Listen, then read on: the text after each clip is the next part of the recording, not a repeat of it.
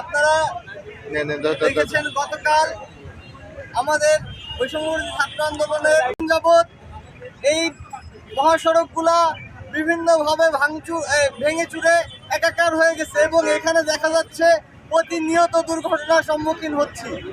পথচারীদের জীবনের কোনো নিরাপত্তা এই মহাসড়কগুলোতে নাই।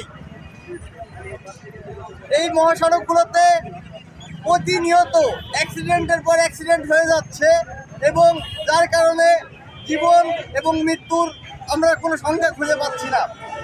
বন্ধুগণ, গতকাল বিকালে আমাদের সহযোদ্ধা মারুফ হোসেন সুবর্ণ একটি ভয়াবহ সড়ক দুর্ঘটনার শিকার হয়ে এখন জীবন মৃত্যুর সন্ধিক্ষণে দাঁড়িয়ে আছে। এর দায়ভার কে নেবে?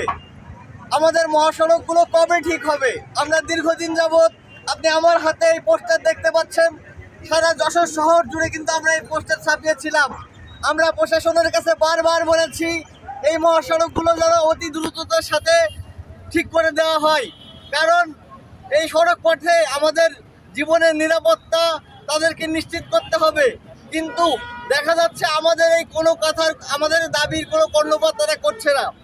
বিগত বছরগুলোতে এই রাস্তা, এই যশোর খুলনা ঝিনাইদহ মহাসড়ক মাত্র 3.5 বছর 4 বছর আগে করা হয়েছিল, কিন্তু আপনারা দেখে থাকবেন এই যে এই মোড়ে কি অবস্থা রাস্তার।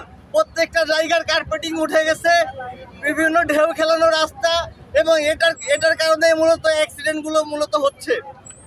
আমরা ড্রাইভারদের কি দোষ দিব? রাস্তার যদি এরকম বেহাল দশা থাকে, একটা মহাসড়কের অবস্থা যদি এরকম বেহাল দশা থাকে, তাহলে সেখানে জীবনের নিরাপত্তাটা কোথায়?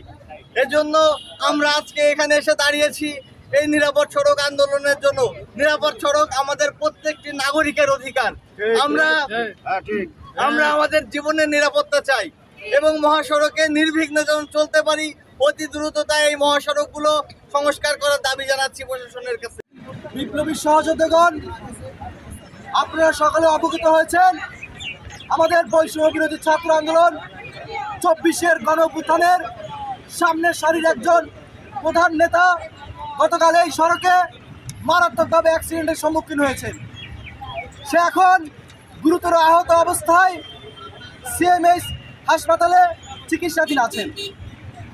বিপ্লবী সহযোদ্ধাগণ, 5ই আগস্ট আমরা বিপ্লব গড়িয়েছিলাম এই রাষ্ট্র সংস্কারের জন্য, কিন্তু আজ 5 মাস হয়ে যাওয়ার পরও যশোরের এরকম একটি মহাসড়ক এখনো সংস্কার হয়নি। এটা আমাদের কাছে অত্যন্ত দুঃখজনক।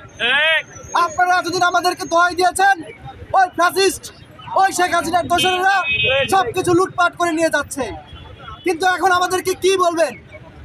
কেন আজও এরকম একটি মহাসড়ক আপনারা সংস্কারের কাজে হাত দেননি? আমরা একটি স্পষ্ট মেসেজ দিতে চাই, যদি আগামী 7 দিনের ভিতরে এই যশোরের এই মহাসড়কটি আপনারা সংস্কারের কাজে হাত না দেন, আমরা 7 দিন পরে ওই সড়ক ভবন ঘেরাও করবো। নিরাপদ সড়ক, আমরা সেই নিরাপদ সড়ক চাই। নিরাপদ সড়কের জন্য যেটা দরকার, আমাদেরকে নিরাপদ সড়ক, আমাদের রাস্তাগুলো কোনোভাবেই চলাচলের যোগ্য কোনো রাস্তা না। আমাদের রাস্তাগুলো গাড়ি ঘোড়া চলাচলের যোগ্য করতে হবে, কোনো প্রকার কাল বিলম্ব না করে। আপনারা সড়ক বিভাগ যদি এই কাজ না করতে পারেন, আপনার চাকরি ছেড়ে দিন, আপনাদের ওই চেয়ারে বসে দিন, আপনারা জায়গা ছাড়ুন।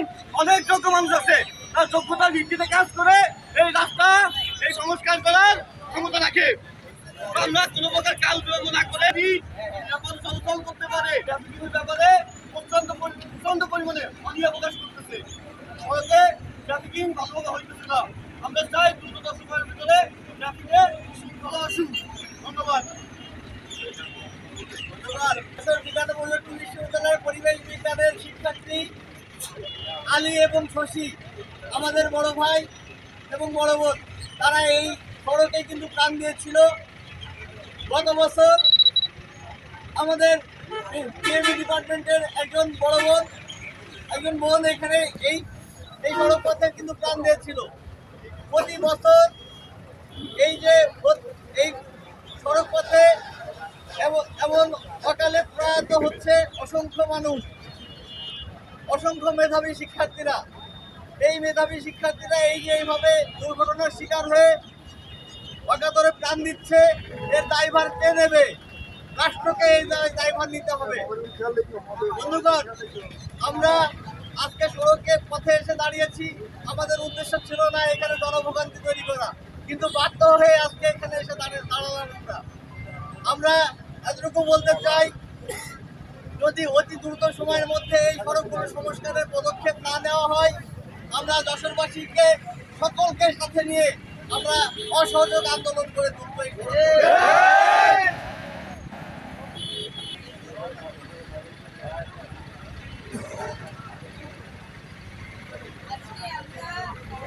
একজন সহযোদ্ধা গতকালকে এই মূর্তির মোড়েই কিন্তু সে আহত হয়েছে এবং তাকে গুরুতর অবস্থায় আমরা প্রথমে যশোর সদর হসপিটাল থেকে আমরা সিএমএইচে ভর্তি করি এবং বর্তমানে তার অবস্থা মোটামুটি ভালো।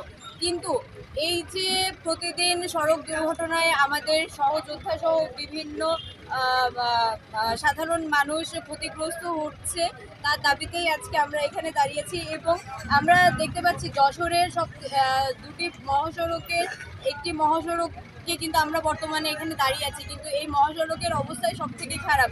যশোর থেকে চৌগাছা যাওয়ার পথে এবং যশোরের বিভিন্ন জায়গায় যেরকম কোলেরহাটের যে রাস্তাটা, ওইখানেও বিভিন্ন সময় আমরা দেখে থাকি যে প্রায় দুর্ঘটনার শিকার হয় মানুষ। আর এই মহাসড়কগুলো যদি অতি দ্রুত সংস্কার না করা হয়, মানুষ আরও বেশি দুর্ভোগে পোয়া হবে।